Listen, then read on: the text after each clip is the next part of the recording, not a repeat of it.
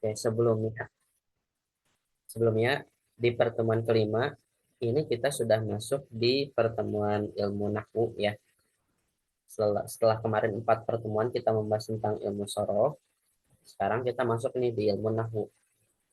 Kemarin sorof itu menjelaskan tentang perubahan secara struktur kalimat secara keseluruhan, entah itu perubahan harokat, penambahan huruf ya, bukan pembuangan, penambahan huruf, ataupun perubahan pada makna itu yang dipelajari di ilmu sorof. Nah, di pertemuan kali ini kita mulai masuk di nahwu. Kita akan membahas mengenai perubahan kalimat dari segi perubahan harokat, perubahan huruf, dan pembuangan huruf yang terjadi pada akhir akhir kata.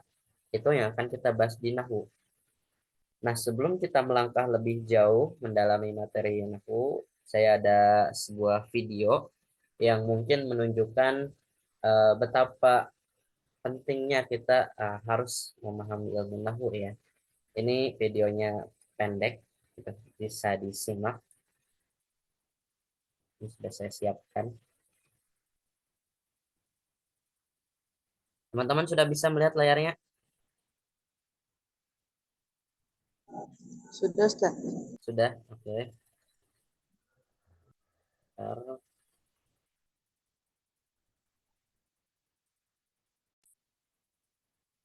silahkan diperhatikan videonya. أمسك بالإناء. خطأ اكسريه. لا، الإنائي الإنائي. Oke, mungkin bisa diputar sekali lagi ya. Nah, silahkan diperhatikan, nanti yang paham maksudnya saya tolong coba dijelaskan ya.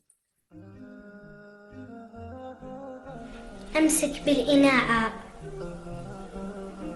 خطأ اكسريه. لا، الإنائي الإنائي. Oke teman-teman, itu videonya apa sudah cukup bisa uh, dipahami oleh teman-teman atau masih bingung mungkin? Masih bingung, Ustaz. Nggak paham makna soalnya. Nggak paham maknanya. Oke, ada yang sedikit paham gitu? Mungkin ada yang paham sedikit-sedikit, gak apa-apa. Mau mencoba menjelaskan atau mendeskripsikan apa maksudnya kok tiba-tiba si anak ini memecahkan piringnya gitu. Mungkin secara yang terlihat gitu apa yang terjadi dengan obrolan mereka sehingga si anak berpikir untuk memecahkan piring tersebut gitu. Dan di sini bisa terlihat si ayah ini tidak bermaksud untuk menyuruh si anak untuk memecahkan piring gitu. Nah, ini kan berarti ada salah paham antara si anak dan si ayah ini. Kita coba setel perlahan-lahan ya. أمسك بالإناء. Oke, apa yang teman-teman dengar nih tadi? Kata si anak apa? Kedengeran tidak? Apa yang diucapkan si amsik bil inaa ya. Amsik bil inaa. Kalau diterjemahkan amsik itu tahan ya, atau mungkin terima ya. Terima wadah ini. خطأ اكسريه. Nah, oke. Tadi apa kata si ayah? Kotok iksirihi. Foto iksirihi. Nah, itu si ayah mengucapkan foto salah ya. Iksirihi. Nah, yang dimaksud iksirihi itu adalah kasrohkanlah hamzah yang diucapkan tadi. Kan si anak berkata amsik bil ina'a. Sedangkan secara kaidah nahu harusnya bil ina'i. Ya, bil ina'i dengan kasroh. Makanya dibilang iksirihi. Cuma karena dalam bahasa Arab, iksirihi itu kan dari kata iksir atau kasaro yang berarti pecah. Sedangkan iksirihi berarti jika dimaknakan pecahkanlah piring itu. Nah, itu yang ditangkap oleh si anak. Iksirihi, pecahkanlah wadah itu. Maka ini yang dilakukannya. Nah, Di sini ada terjadi kesalahpahaman gitu. لا الإنائي الإنائي. Nah, makanya di sini si ayah menjelaskan yang dimaksud iksirih itu al-inai, bil inai, ya katanya yang dikasrohkan, ya bukan bermakna pecahkan piring itu, iksirihi, ya kurang lebih seperti itu ya. Jadi selain kita harus memahami kaidah ilmu nahwu gitu ya, biar tidak salah pengucapan sebagaimana si anak tadi, amsik bil inaa, harusnya amsik bil inai. Tapi kita juga harus menguasai siakul kalamnya, konteksnya gitu. Ya, ketika si ayah mengucapkan iksirihi, harusnya si anak paham gitu, bukan iksirihi yang bermakna itu dipecahkan, pecahkan piring itu.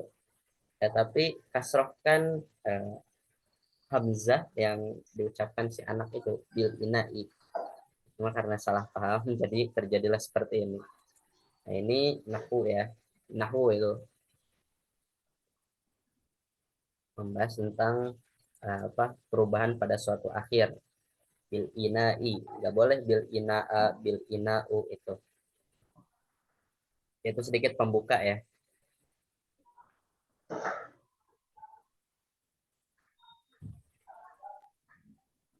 Nah selanjutnya baru kita bisa menggunakan modul yang saya share ya teman-teman, modul materi nahwu.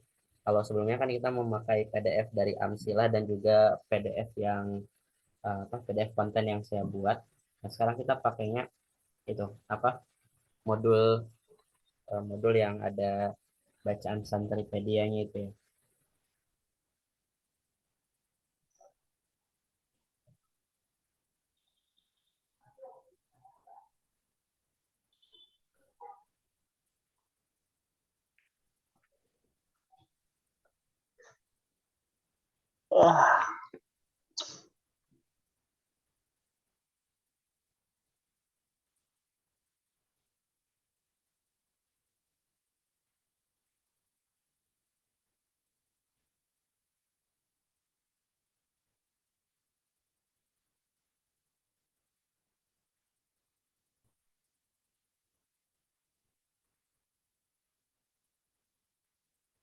Modul nahwu ya.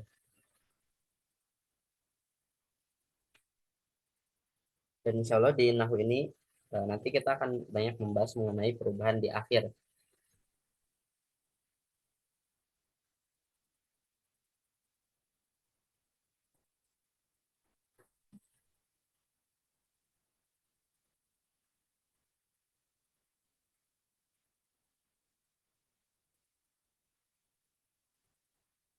Oh ya teman-teman yang sebelumnya mungkin belum sempat mengumpulkan tugas, belum setoran tugas, karena ini ada beberapa yang ternyata belum mengumpulkan, silakan saya berikan kesempatan gitu ya. Karena nanti ini penugasan ini akan terekap gitu, akan terekap dengan nilai-nilai lainnya. Entah itu nilai kehadiran, keaktifan, atau nilai impian itu nanti semua akan direkap. Dan itu tercantum di sertifikatnya teman-teman nanti. Jadi kan sayang banget gitu kalau nanti nilai di sertifikatnya ada yang C, D, E gitu kan. Eman banget gitu. Kalau bisa dapat A, kalau bisa lebih baik A plus gitu. Dan eh, kalau udah nilai D ke bawah itu nanti keterangannya tidak lulus itu. Kalau tidak lulus, ketika nanti ada kelas lanjutan teman-teman nggak bisa mendaftar.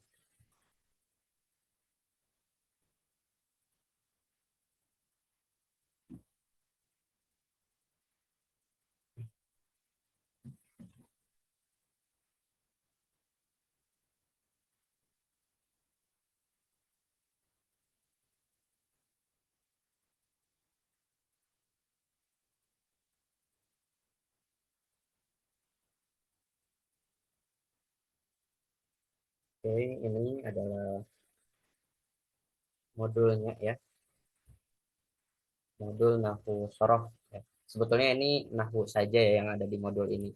Sorofnya itu ada di bagian yang terpisah.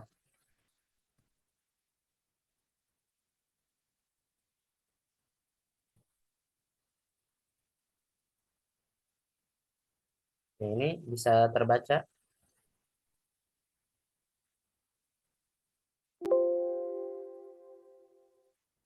Teman-teman bisa baca ini? Terbaca Ustaz. Modul Nahwu Shoroh ini di covernya sudah ada judul dan juga sedikit tentang Santripedia ya, sejarah singkat gitu ya. Tanggal 12 Juni 2020 mulai berdiri, dan alasan berdirinya yaitu karena waktu itu memang ada pandemi COVID-19, sehingga mau tidak mau terinisiasilah dibentuknya media pembelajaran virtual dan diberi nama Santripedia. Itu sejarah singkatnya ya. Nah, kita bahas mulai dari pengantar ilmu nahwu ya, biar tidak apa? Biar tidak langsung ke bagian inti gitu ya. Kan di judulnya itu tentang i'rab ya, rumus mengi'rab. Tapi kita pelajari terlebih dahulu pengantar ilmu nahwu itu.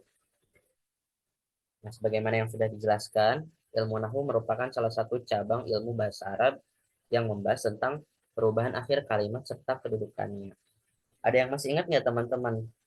Contoh perubahan di ilmu nahwu itu dari kata apa menjadi kata apa? Ada yang masih ingat nggak? Zaidun, Zaidan, Zaidin.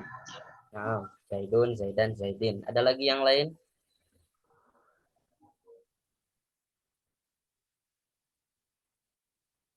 Itu adalah contoh yang memakai harokat ya, perubahan yang harokat, karena kan di situ Zaidun, Zaidan, Zaidin yang berubah adalah harokat akhir.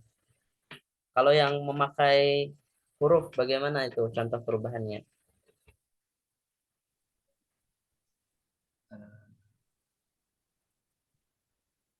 Contohnya seperti qaimuna, qaimina, qaimani, qaimaini. Itu adalah contoh perubahan di nahwu yang menggunakan huruf perubahannya ya. Dari segi makna itu masih sama. Qaimani, dua orang yang berdiri. Qaimaini, dua orang yang berdiri. Cuma berbedanya hanya itu saja, perubahan hurufnya. Dan itu ada alasan juga, tidak apa, perubahan dari qaimani ke qaimaini itu tidak mungkin tanpa ada sebab ya, ada sebabnya pasti itu. Nah, kemudian di ilmu nahwu ada 3 unsur penting yang wajib teman-teman dan kita semua pahami ya. Sebetulnya kalau di sorof itu juga ada 4 unsur penting ya yang sudah kita bahas. Wazan, wazan dan mauzun, tasrif, sigot ya. Itu ada 4 unsur penting kalau di sorof. Nah, sedangkan di nahwu itu ada 3, yaitu kalimat, i'rab dan bina, dan tarkib ya, tarkib atau kedudukan. Sebutnya lebih tepat bukan disebut tarkib itu ya, tapi susunan, susunan atau kedudukan. Atau kalau di bahasa Arab kita ganti ini jadi mauqi', mauqi'ul kalimat ya, sebuah kedudukan kalimat, mauqi'. Nah, ini ingat ya, ini 3 poin penting di ilmu nahwu yang wajib diketahui bagi orang yang emang ingin mendalami nahwu dan sorof. Kalimat, i'rab dan bina, kemudian mauqi'. Ada 3. Nah, ini di nomor 2 itu ada bina ya. Bina itu, ini bina di nahwu ini berbeda dengan bina yang kemarin kita bahas di ilmu sorof, yang bina nakis, bina ajwab, bina misal. Kemudian ada bina apa lagi? Ada yang masih ingat? Bina Mahmuz, bina Do'af. mahmus, ya, bina sahih. Nah, itu beda ya. Di nahwu ini nanti binanya bukan seperti itu konteksnya ya. Konteksnya bukan seperti itu. Nanti kita bahas. Nah, kita bahas dari yang pertama yaitu kalimat. Ya, mungkin teman-teman sudah ada yang pernah dengar gitu ya. Saya yakin yang pemula pun sudah tahu gitu ya. Apalagi kalau misalkan sudah mempelajari ilmu alat, minimal jurumnya saja pasti pernah mendengar.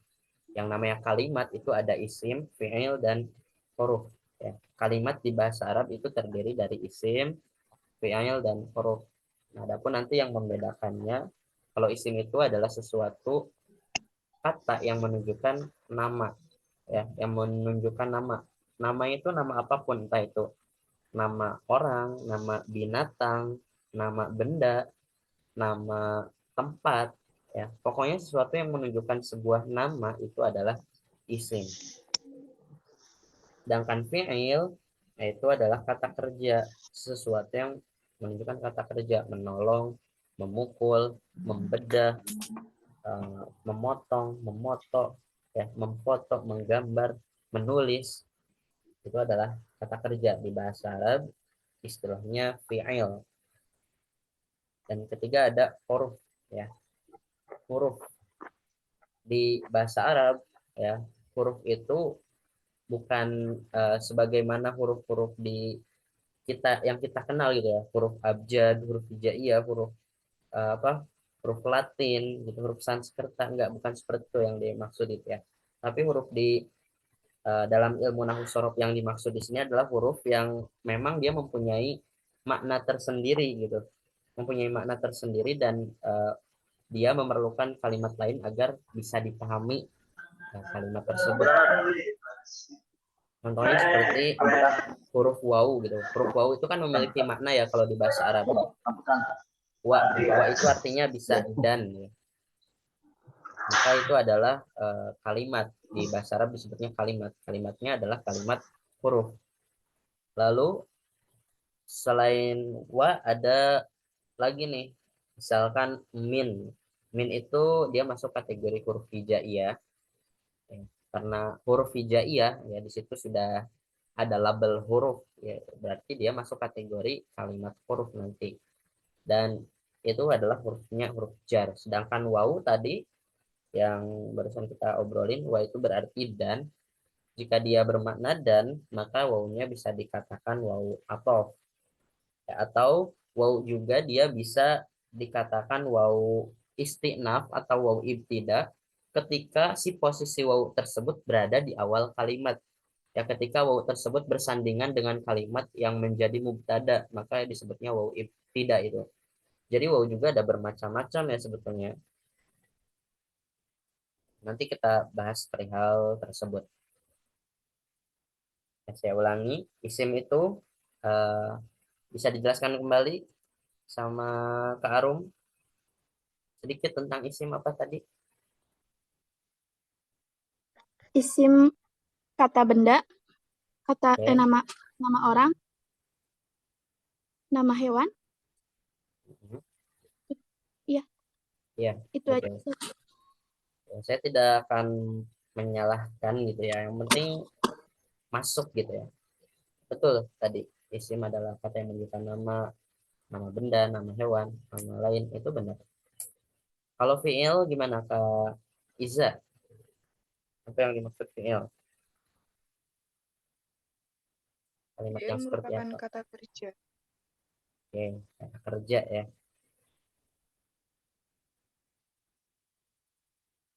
Next, kalau huruf tadi ya barusan kita jelasin, yang tidak perlu ditanyakan lagi. Nah, untuk i'rab dan bina itu nanti terpisah ya. I'rab dan bina itu sebetulnya sesuatu yang berlawanan. I'rab itu adalah istilah untuk kalimat yang memiliki perubahan ya. Karena secara keseluruhan di bahasa Arab ya, semua kalimat di bahasa Arab ya, semua kalimat di bahasa Arab itu ada yang apa ya, ada yang bisa dihukumi i'rab, ada yang bisa dihukumi bina gitu. I'rab itu adalah istilah untuk kalimat yang dia yang kalimat tersebut bisa berubah ujungnya ya. Kita itu perubahan harokat, perubahan huruf ataupun pembuangan huruf. Kayak tadi Zaidun, Zaidan, Zaidin, nah maka dia termasuk kalimat yang i'rab atau nanti disebutnya mu'rab ya, kalimat mu'rab. Jadi dia bisa berubah-ubah selain Zaidan, Zaidun, Zaidin, kayak ko imani, ko imaini. Itu juga kalimat yang mu'rab karena dia bisa berubah-ubah gitu ya. Adapun lawan dari mu'rab adalah mabni ya, bina. Bina itu istilah untuk kalimat yang dia tidak bisa berubah. Dia tidak bisa berubah menjadi apa? Ujung kalimatnya itu loh. Harakat akhirnya atau huruf terakhirnya itu tetap dan tidak bisa berubah. Itu dihukuminya nanti mabni istilahnya. Ya. Jadi bina apa? Kalimat yang dihukumi bina dinamakan mabni itu. Contohnya seperti isim domir ya. Isim domir itu ada huwa, huma, hum. Huwa itu tidak bisa kita ubah menjadi huwu atau huwi, ya. Tidak bisa menjadi huwa atau tidak bisa menjadi huwa atau huwi. Sekalipun dia dimasukkan huruf jar misalkan. Huruf jar yang mewajibkan suatu kalimat menjadi kasroh gitu kan. Tetap saja nanti dibacanya bihuwa, tidak bisa bihui. Karena huwa itu hukumnya mabni, tidak bisa berubah. Begitupun dengan ana, anta, ya, antuma, antum gitu ya. Ketika semuanya dimasuki huruf jar ya, katakan tidak bisa anta jadi bianti gitu kan. Ya mungkin masih ada maknanya gitu, tapi nanti konteksnya kalau bianti jadi cewek nanti. Seharusnya anta yang di depan kita itu cowok karena kita menganggap anta itu mu'rob ya, dimasuki huruf jar jadi bianti, masa ya cowok tiba-tiba jadi cewek gitu ya.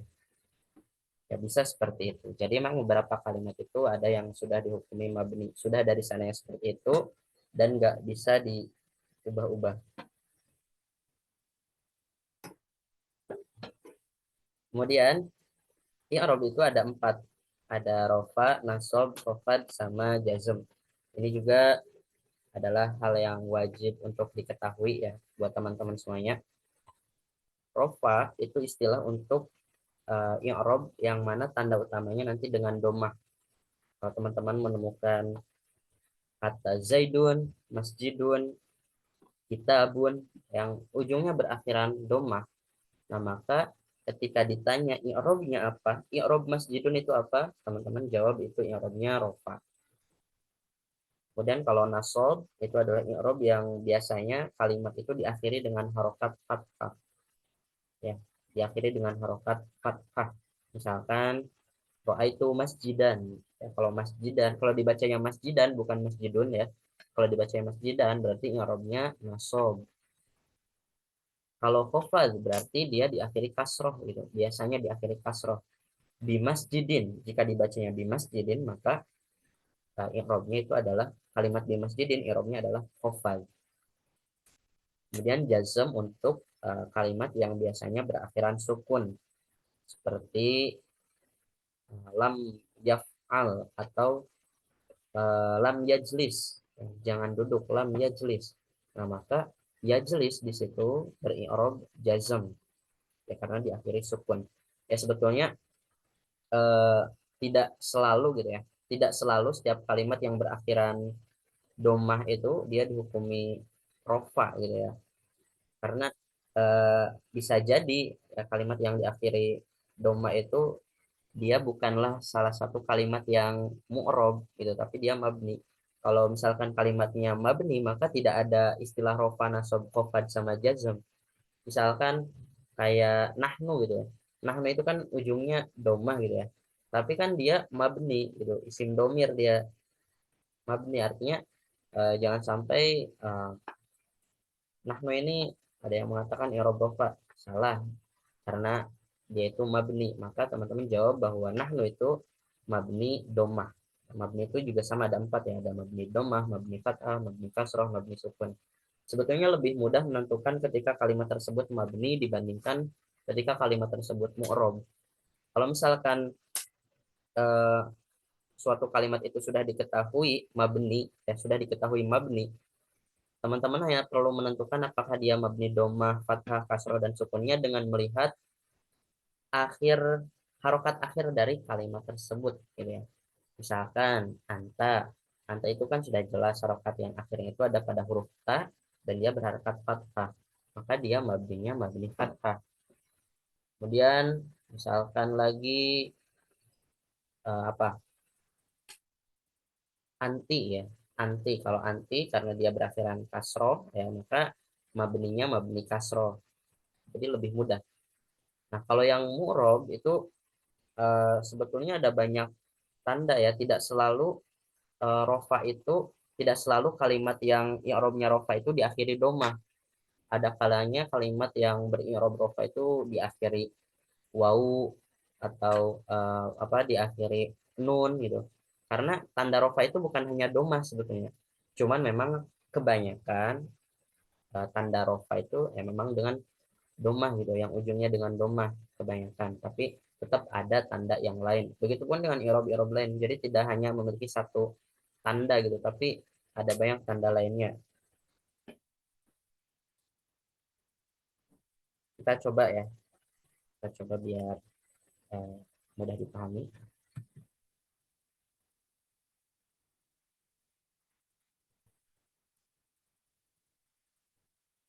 Kita masih di seputar i'rab dan bina dulu ya.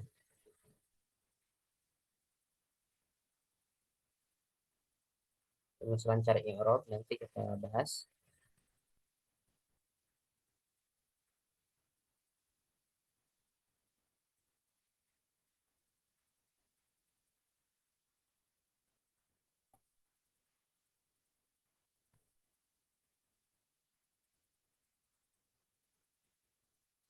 Misalkan Kak Salma. Kak Salma, ada Kak Salma? Ada.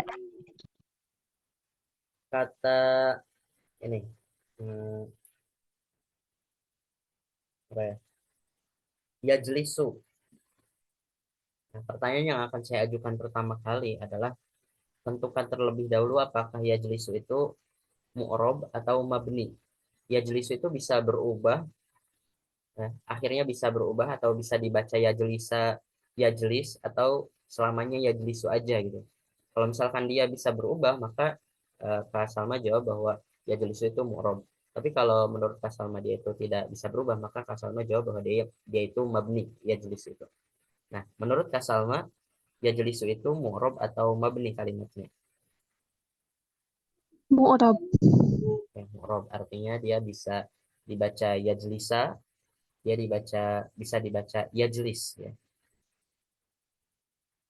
Yajlisu ya, tadi yang saya katakan adalah yajlisu.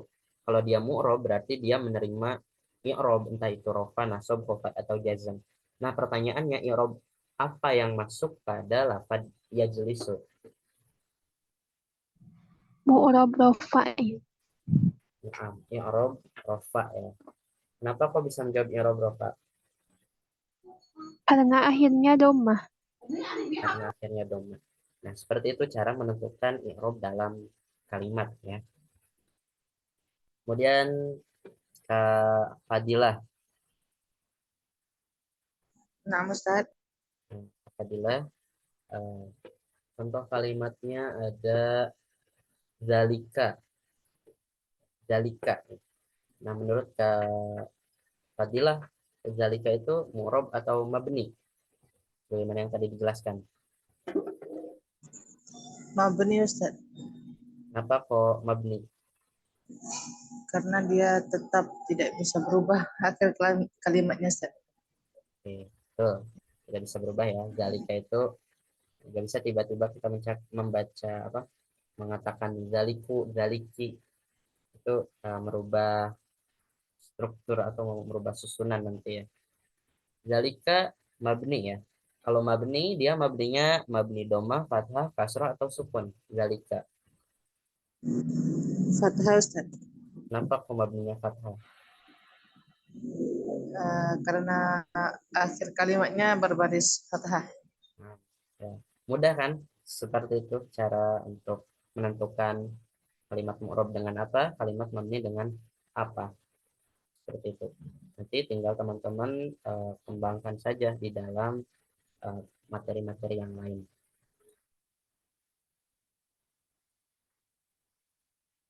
Next.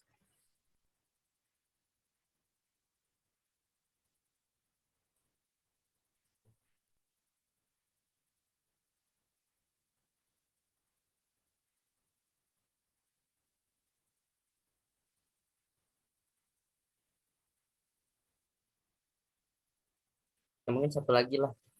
Siapa ya? Parici. Ustaz. Parici kalau misalkan kata apa ya, kata ini ayaguz ayagzua ya. Jangan ayagzua ya. Ayajlisa. Tadi kan yajlisu ya. Ini ayajlisa. Dia mu'rob apa mabni nih? Ayajlisa. ayat jalisa. Ya, kalimatnya mu'rob atau mabni. Ya jelisanya ya, Mu'rob. bukan annya. Apa gimana? Mu'rob. Mu'rob. Kenapa mu'rob? Ya jelisa ini.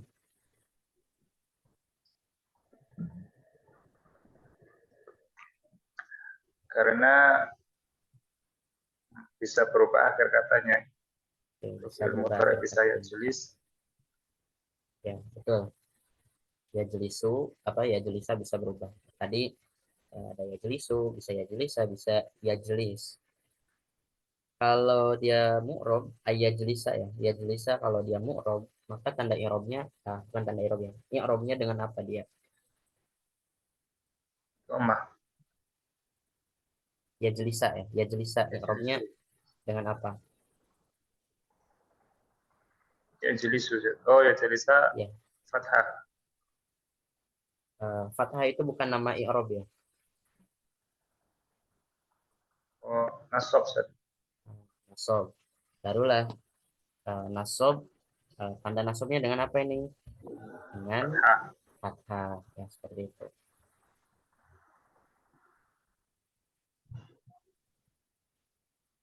Oke, untuk tarkib kedudukan isim ini juga perlu diketahui ya. Ini ada banyak sebetulnya, ada kurang lebih sekitar 13 tambah 3, 16, 16 tambah 7, ada berapa ini? 23 ya. Ada 23 kelompok kedudukan atau susunan isim gitu ya. Dan itu dibagi menjadi 3 kelompok, ada kedudukan isim yang marfu ya, yang dibaca rofa, ada kedudukan isim yang wajib mansub atau wajib dibaca nasab, sama ada kedudukan isim yang wajib dibaca majrur atau jar ya, khofad. Jar dengan khofad itu masih sama sebetulnya ya. Cuma kita sepakati kalau di sini kita akan mengistilahkannya dengan jar gitu. Jadi gak usah bingung ini jar atau khofad sih. Dua-duanya sama.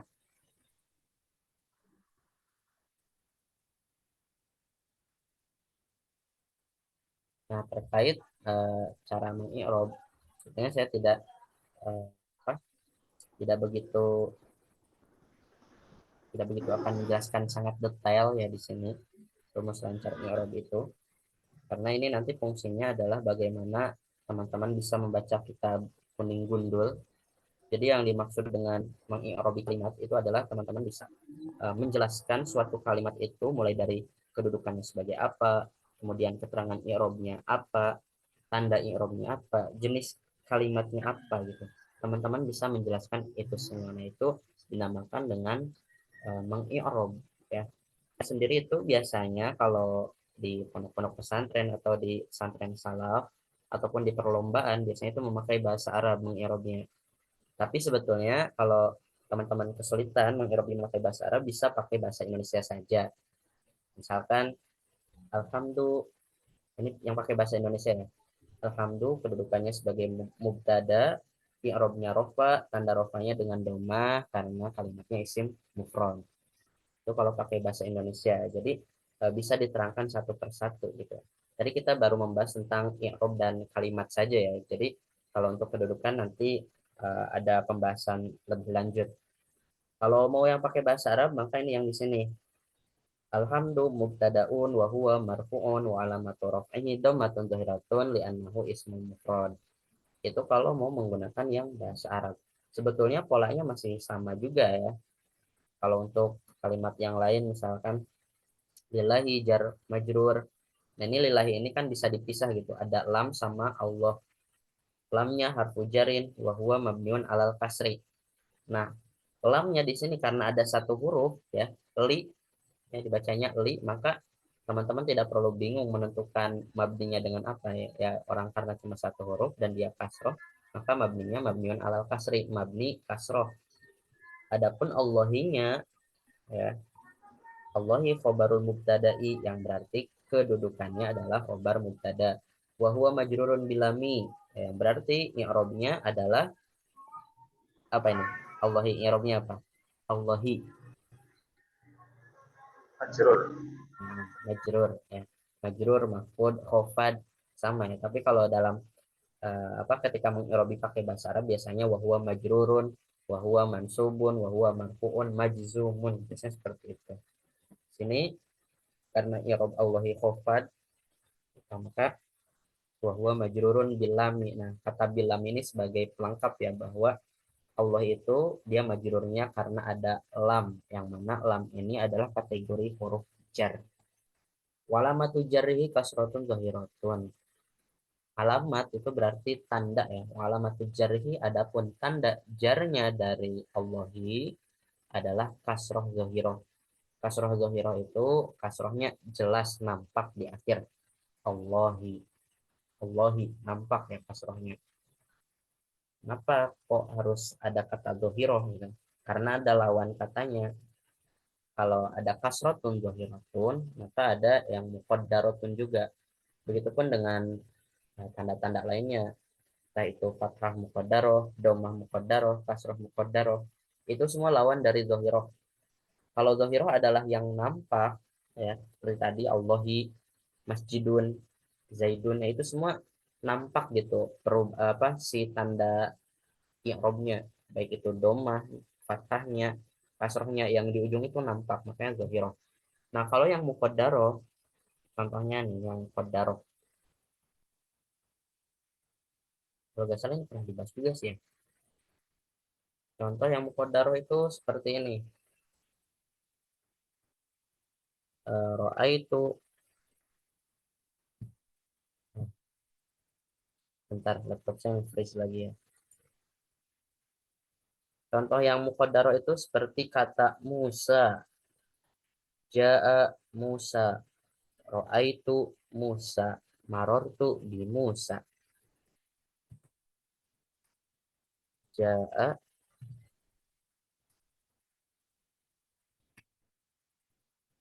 Ja'a Musa.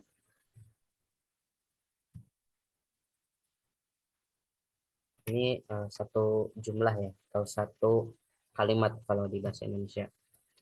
Kemudian yang selanjutnya ada Ra'aitu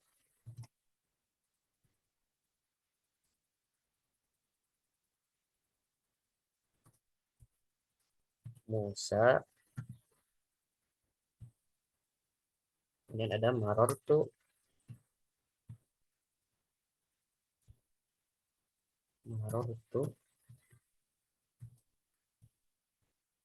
bi Musa.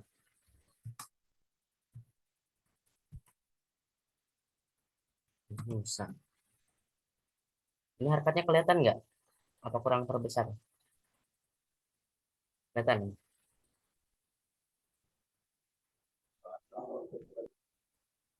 Bisa kelihatan ya? Nah, eh, ini adalah contoh yang muqaddarahnya ya. Musa lawan dari tadi Zohiroh. Ini sebetulnya meskipun Ja'a Musa Ra'aitu Musa Marartu bi Musa. Ini Musa ini bukan mabni ya. Dia bukan kalimat mabni. Meskipun secara yang terlihat dia tidak berubah tetap, tapi dia tidak mabni. Yaitu mu'rob, hanya mu'robnya, tanda i'robnya dia muqaddaroh, dikira-kira lawan dari Zohiroh. Ini kalau diasalkan sebetulnya Ja'a Musayu, Ra'aitu Musaya, Marartu bi Musayi. Jadi asalnya ya semuanya mengikuti kaidah tetap. Ini marfu dengan doma, ini mansub dengan tandanya fathah, ini majrur dengan tandanya kasroh. Cuma karena ada kaidah yang mengharuskan dia dibaca Musa semua, maka jadilah dibacanya seperti ini. Orang Arab, ulama ahli nahwu itu sepakat bahwa ini disebutkan di dalam kitab Jurumiyah juga, dan Imriti juga sebetulnya ada. Ja'a Musa, Ra'aitu Musa, Marartu bi Musa. Nah, kenapa kok dibaca demikian? Karena kalau dibaca Musayu, Musaya, Musayi, itu lidah orang Arab itu kesulitan mengucapkan kalimat tersebut. Sehingga untuk mempermudah litalfis, ya, mempermudahnya dibacalah Musa, li takhfif ya, untuk meringankan. Musa, Ja'a Musa, Ra'aitu Musa, Marartu di Musa. Nah, ini nanti kalau ketika di i'robi Musa, kedudukannya apa? Dia kedudukannya fa'il. Kemudian mu'rob atau mabni, mu'rob. Tanda i'robnya apa? Rofa. Bukan tanda i'rob ya.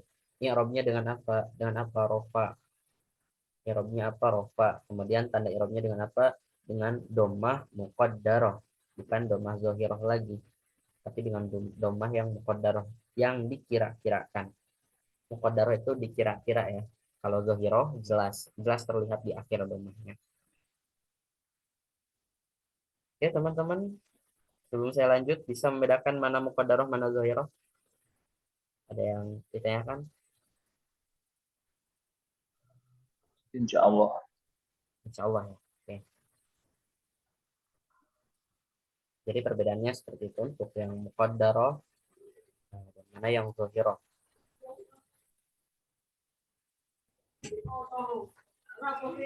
Kemudian selanjutnya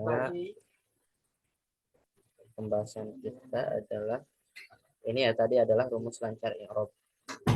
Karena isim apa? Nah, kalau karena isim apa ini biasanya nanti melihatnya di bagian kalimat ya. Karena tadi kan kalimat itu terbagi menjadi 3 ya. Ada isim, ada fi'il, ada huruf. Namun masing-masing dari 3 itu mempunyai kategori sendiri-sendiri. Isim itu ada ditinjau dari segi bilangan. Kalau dari segi bilangan ada apa? Ada mufrad, ada isim mufrad, ada isim tasnya, ada isim jamak ya. Kemudian dari segi muzakkar muannas juga ada jamak muzakkar salim, isim jamak muannas salim, jamak taksir gitu ya. Ada berbagai kategori-kategori gitu untuk isim. Untuk fi'il juga sama. Fi'il itu ada fi'il madhi, fi'il mudhari, fi'il amar, fi'il nahi, dan huruf juga memiliki kategori, bahkan lebih banyak kalau untuk huruf. Karena satu huruf ya, satu huruf itu bisa masuk dalam beberapa kategori. Contohnya kayak tadi huruf wawu aja. Wawu itu dia bisa menjadi huruf athof, bisa juga menjadi huruf ibtida, bisa juga menjadi huruf ma'iyah, tergantung bagaimana posisi atau kedudukan si huruf wawu ini. Jika wawu ini terletak di antara athof dan ma'tufnya, maka dia wawu athof gitu kan. Tapi kalau wawunya berada di awal misalkan, maka dia wawunya tidak. Itu contohnya ya. Jadi masing-masing dari 3 kalimat isim fi'il huruf itu ada lagi kategori-kategorinya tersendiri. Nah, maka di sini ditambahilah di akhir karena isim apa, yaitu kalau untuk kasus alhamdu ya, dia tanda rofanya menggunakan domatun zahirah di anhu ismul mufrad. Kalau mau dibalik isim mufrad itu tanda rofanya memakai domah. Kalau mau dibalik ya, sebenarnya kita bisa membolak-balikan gitu ya.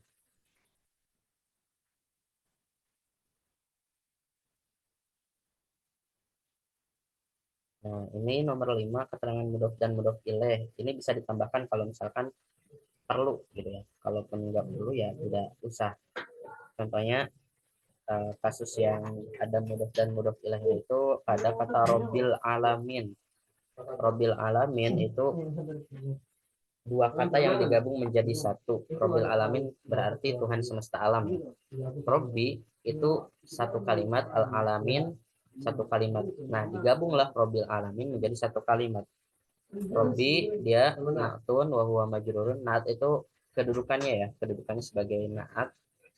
Wa huwa majrurun yang berarti i'rabnya na'at di sini sebagai majrur.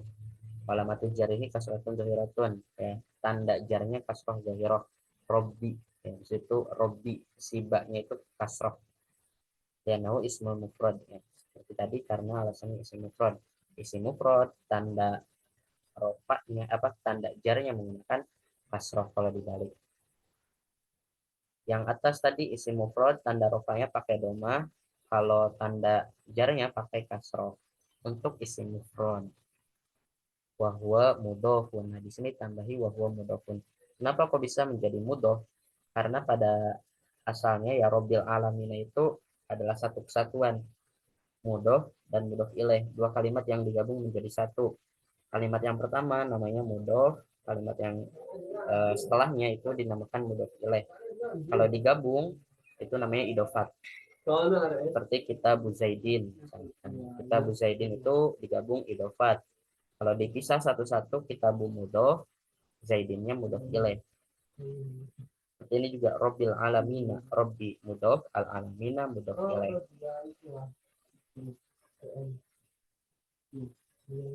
Oke, itu untuk cara kita mengi'robi ya. Kalau misalkan mau di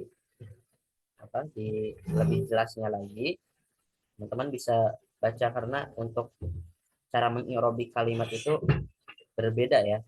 Misalkan untuk kalimat isim yang mu'rob dengan isim yang tidak mu'rob, artinya mabni, itu cara mengi'robinya beda. Ya, cara mengi'robinya beda. Kalau misalkan ada isim yang tidak mu'rob, berarti mabni kan. Maka nanti pertanyaan yang diajukan pun berbeda. Misalkan kata lam, lam itu kan kata huruf amil jawazim ya, lam. Nah, maka lam itu, oh iya, lam itu bukan isim ya. Kita ambil contoh isimnya, isim domir tadi. Misalkan nahnu. Nahnu itu dia kategori isimnya isim apa? Isim domir. Nah, kemudian dia karena mabni, maka dia tidak akan ditanyakan i'robnya apa, tapi mabni dengan harokat apa? Mabni dengan apa? Nahnu itu mabni dengan apa tadi? Dengan domah ya. Maka nanti kalau ditanya pun atau menjelaskan pun, nahnu isim domir mabni dengan domah.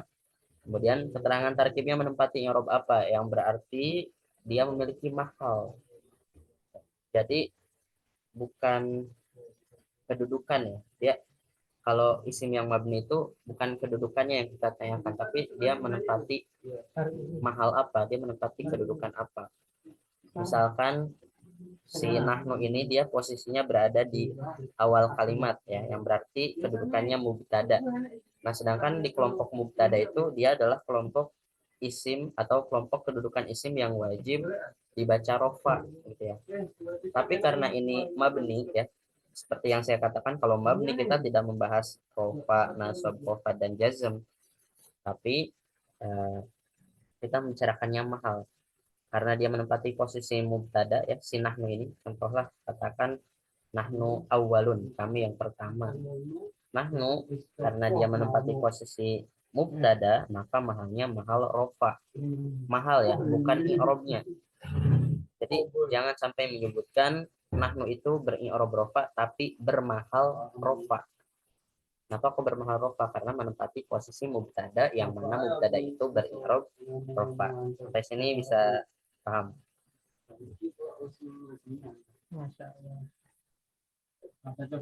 Masih bingung teman-teman? Kak Arum, Kak Fadilah, Kak Iza. Masih bingung. Oke, contoh. Karena ini memang perlu menguasai tentang kedudukannya juga ya. Ini perlu diketahui nih kelompok-kelompok ini. Nanti mungkin kalau di kursus ini ya, kursus bahasa Arab yang pemula ini tidak akan terlalu dijelasin. Ini akan dijelaskan di kelas lanjutan soalnya yang kedudukan-kedudukan ini. Jadi nanti silakan dibaca-baca mubtada itu yang kayak gimana. Tadi yang sudah saya katakan ya, setiap kalimat yang berada di awal kata itu mubtada pasti. Kemudian khobar yang kayak gimana, fa'il yang kayak gimana. Kemudian untuk kelompok isim nasab itu gimana, dan seterusnya. Nah, ini perlu teman-teman ketahui ya, perlu teman-teman ketahui untuk kelompok-kelompok kedudukan ini. Misalkan ini kita membahas tentang mahal ya. Mahal itu ada pada isim atau pada kalimat yang mabni. Kalau misalkan kalimat zalika, iftah zalikal baba, iftah zalikal baba. Nah, zalika itu isim mabni kan ya, sebagaimana yang kita ketahui dia isim mabni, mabninya mabni fathah, itu juga sudah kita ketahui ya karena berakhiran fathah. Nah dia mahalnya mahal apa? Apakah mahalnya rofa, nasob, mahal jar, ataukah mahal jazm? Nah kita harus tahu dulu ini zalika menempati posisi apa. Iftah sudah merupakan fiil dan fa'il ya, bukalah. Iftah anta asalnya, iftah fiilnya, anta fa'ilnya. Nah berarti zalika ini adalah maf'ul bih ya, zalika adalah maf'ul bih. Nah di sini teman-teman sudah tahu nih maf'ul bih berada di kategori isim yang mana. Berarti dengan kata lain zalika menempati mahal apa?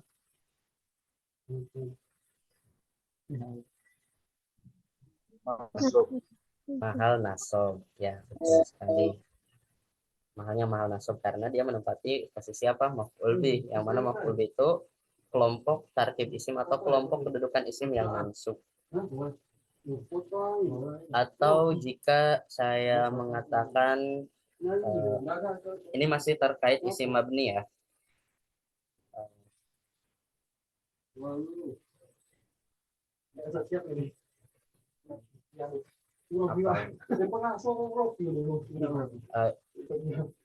Ijlis di tilkas sa'ah.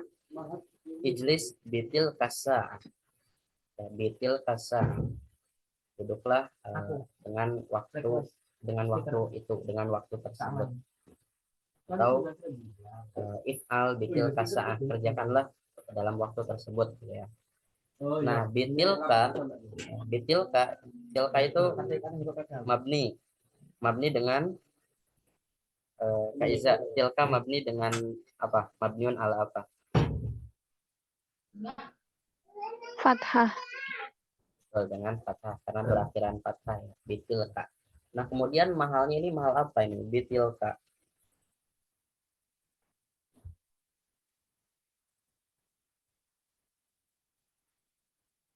Ya. Mahal. Ya, gimana Kak Arum? Nggak tahu, Ustaz. Nggak tahu. Bukankah sudah jelas bitilka di situ ada sesuatu yang haruskan suatu kalimat dihukumi apa? Di Kasrah. bukan kasroh ya, Majrur. majrur. Nah berarti tilka itu mahalnya mahal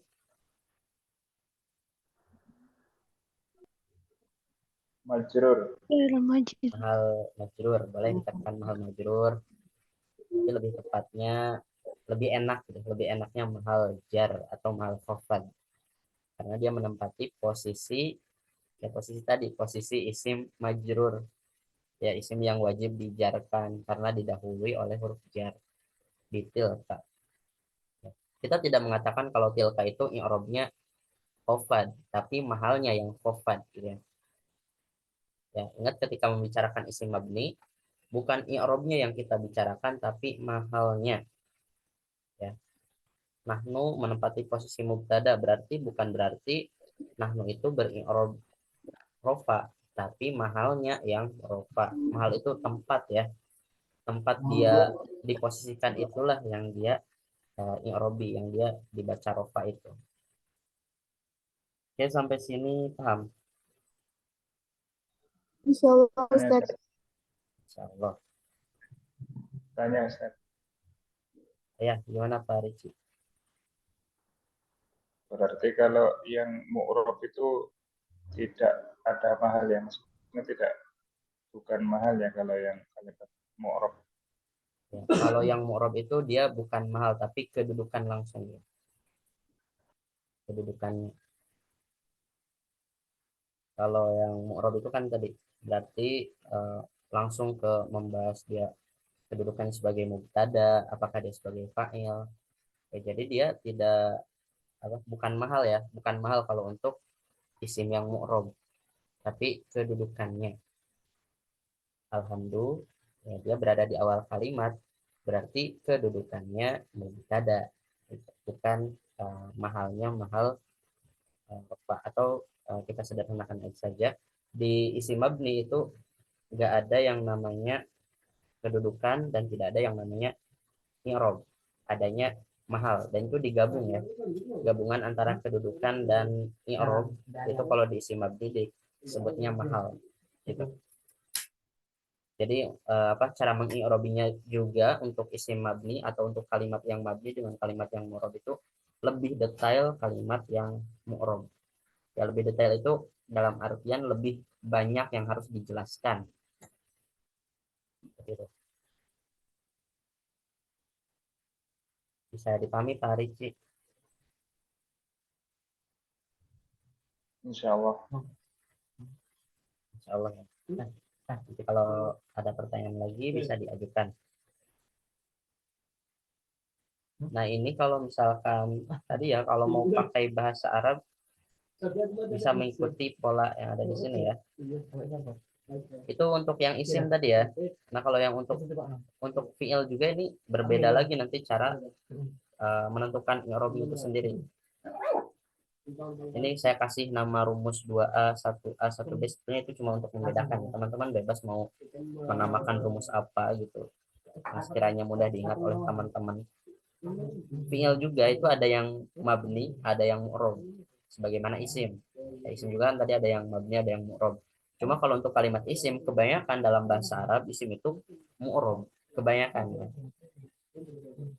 Adapun yang mabni itu hanya beberapa saja ya, seperti tadi isim domir, isim isyarah yang zalika, tilka itu dan beberapa kalimat lain. Nah, kalau fiil ini kebalikannya ya. Fiil itu kebanyakan mabni, tapi ada yang mu'rab juga beberapa. Fiil amar, fiil madi itu semuanya mabni. Ya, kayak misalkan nasoro, ya nasoro itu tidak bisa kita eh, kasih menjadi sukun, misalkan nasor, tidak bisa. Lam nasor, tidak bisa. Itu sudah mabni, sudah ketetapan. Fiil amar juga uktub, uktub tidak bisa kita mencoba membuatnya menjadi uktuba. Sekalipun kita masuki amil nawasib di dalamnya an uktuba, ya, nggak bisa. Itu merubah kaidah namanya. Nah, untuk yang mu'rab itu adalah satu fi'il mudhari saja.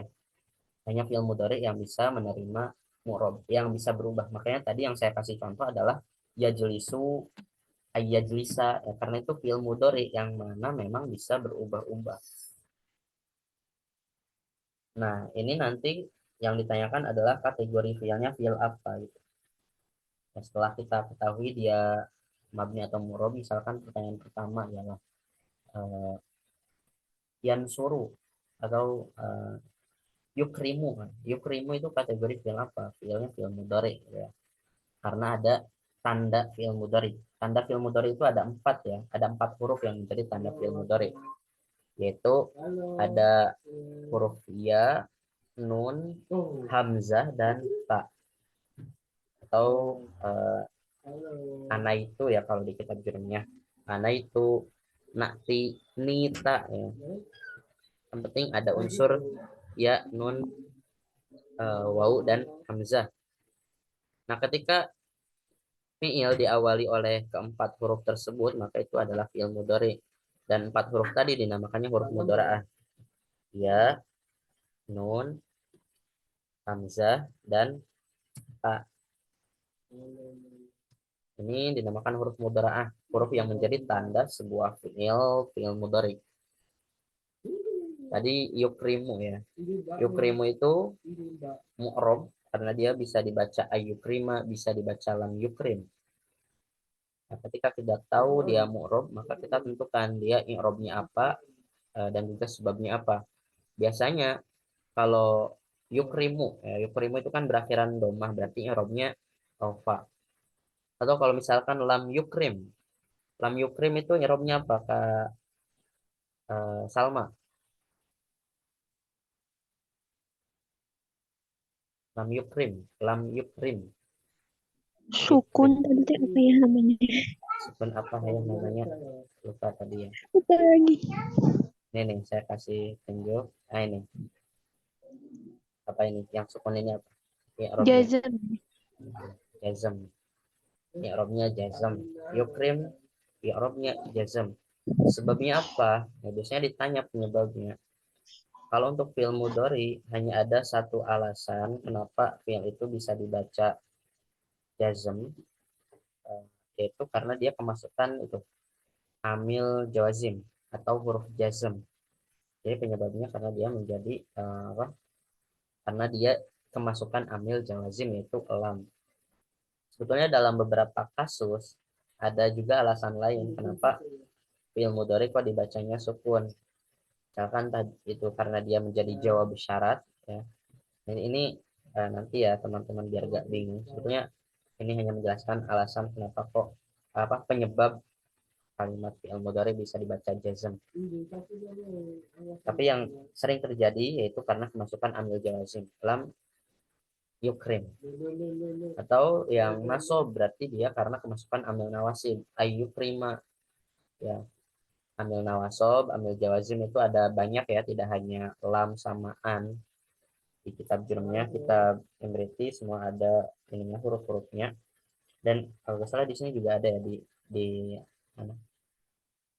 Di bab tentang kalimat ya, ada kok di sini.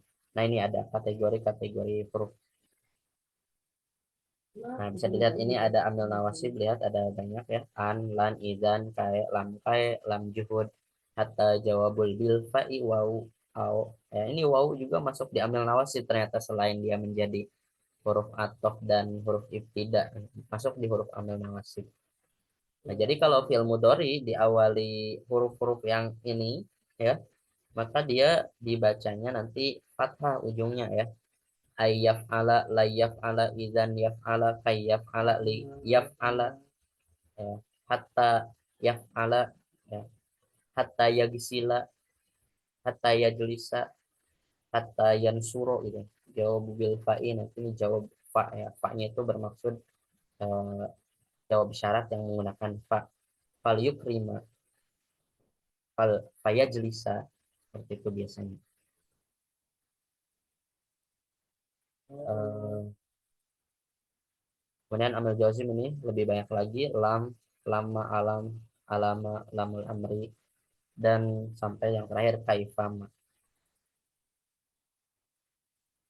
Ada ya, tinggal dibaca-baca kalau mau dipelajari lebih dalam.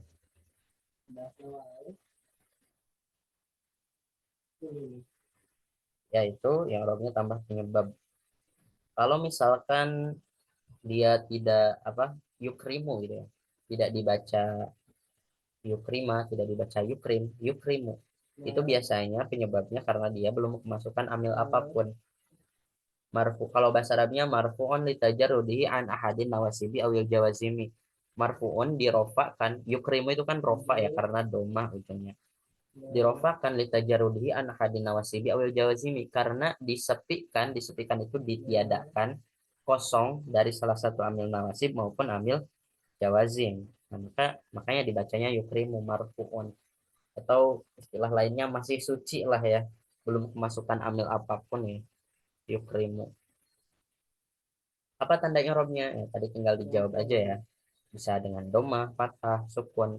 Yang pasti kalau fi'il itu tidak bisa di apa tanda i'rabnya pakai kasroh, itu nggak bisa. Ya, fi'il itu nggak bisa menerima kasroh atau khofad ya. Nanti ada pengecualian seperti isim, dia tidak bisa menerima jazam. Kalau fi'il tidak bisa menerima khofad. Di kitab-kitab biasanya fal ismu yorofu bil khofdi wa falil asma'i min dzalika rafun wa nasbun wal khofdun wala jazma fiha. Ya, berarti isim wala jazma, tidak menerima jazam. Amal fi'lu amma lil af'ali minha rafun wa nasbun wal jazmun wala khofdu fiha, tidak menerima khofad tapi menerima jazam. Jadi masing-masing isim fi'il ada pengecualian. Contohnya kan kalau isim zaidun, zaidan, zaidin. Kalau jazm zaid, zaid. Ya ada dalam bahasa Arab suatu kalimat yang ujungnya tiba-tiba disukun aja gitu untuk isim. Masjidun, masjidin, masjidan. Gak bisa masjid, masjid. Itu bahasa kita sehari-hari itu masjid. Di bahasa Arab gak ada masjid, masjid dengan akhiran sukun. Kalau fi'il tadi ya tidak ada yang berakhiran kasroh, yansuru, yansuro, yansur, gak ada yansuri, gak ada. Nah, ini tanda i'rabnya bisa nanti dipelajari, ada dengan dhammah, fathah, sukun, hazfu, nun. Nah, ini yang saya bilang di awal banget bahwa di nahwu kita juga akan mempelajari pembuangan huruf. Eh, pembuangan huruf itu masuk di nahwu. Ya, sedangkan penambahan huruf itu di apa di sorof masuknya nanti ya. Pembuangan hurufnya apakah hadfu nun, pembuangan huruf nun atau pembuangan huruf ilat, hadfu harf ilatin.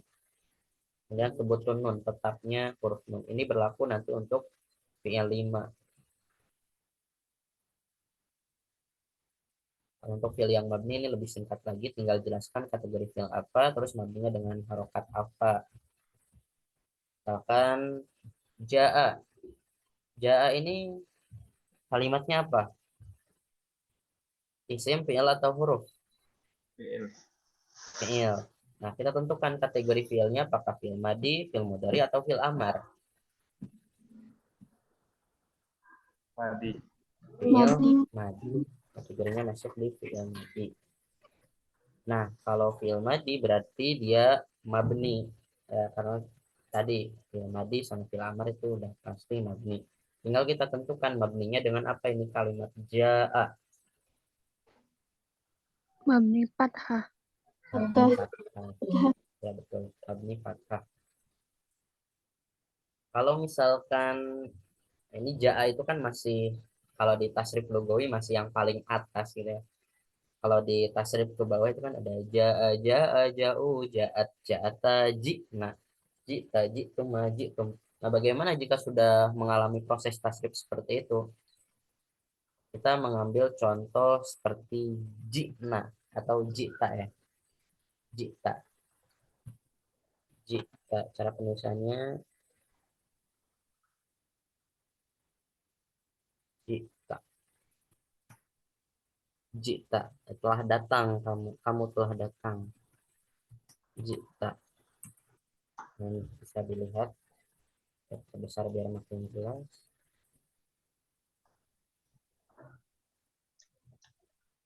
Nah, jita, kalau misalkan sudah jadi jita, kira-kira ini menurut teman-teman mabninya mabni apa ini?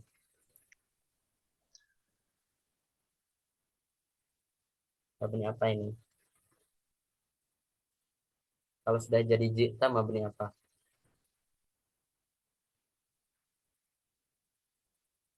Ya, ada yang mau jawab?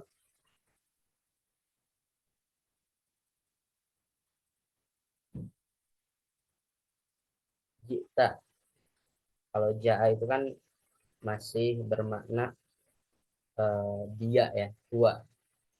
Dia telah datang. Ya, sedangkan kalau jita, kamu telah datang.